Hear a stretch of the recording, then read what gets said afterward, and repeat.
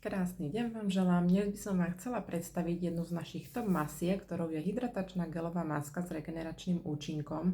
Je to maska, ktorá má vysoký podiel vitamínu C, ktorá krásne vyživí, zregeneruje, zhydratuje vašu pokožku. Je vhodná na všetky typy pleti, vrátane aj tej citlivej, vhodná na problematickú pleť, jazvičky po akné, aktuálne zapálené akné, ak trpíte napríklad na lupienku alebo máte také červené žílky na tvári. Určite vám odporúčam vyskúšať túto masku.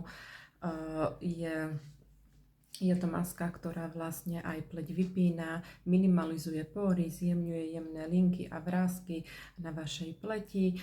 Je dermatologicky testovaná, je neparfumovaná, nemasná, obsahuje výťažky z harmančka, ktorý vieme, že má aj liečivé účinky. Ďalej obsahuje výťažky z lavandínu a rúžového dreva, vďaka čomu má zase takú krásnu vôňu. A táto maska vlastne je vhodná, aj keď máte nejakú podraždenú pleť po niečom, tak môžete si ju naniesť a nechať pôsobiť a je jemne chladí a naozaj zregeneruje krásne tú pokožku.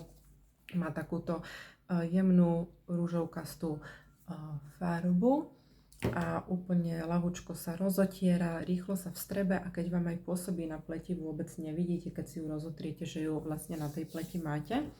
A táto maska sa môže používať teda 2 až 3 krát za týždeň. Môžete ju použiť tak, že si ju nanesiete na vyčistenú pleť, nechajte si ju pôsobiť aspoň 10 minút, potom opláchnete vlažnou vodou, alebo druhý spôsob, ktorý je taký najúčinnejší, že si ju necháte pôsobiť celú noc, takisto nanesiete na vyčistenú pleť, na váš obľúbený krém a necháte pôsobiť celú noc. Nie je ju vidieť, kľudne s ňou môžete ísť spať. A je to aj maska, ktorá sa volá, že maska pre lenivé ženy. A pre tie, ktoré nemajú radi zmývanie masiek, alebo že musia čakať, než si masku zmyjú, tak aj pre vás je ideálna táto hydratačná gelová maska s regeneračným účinkom.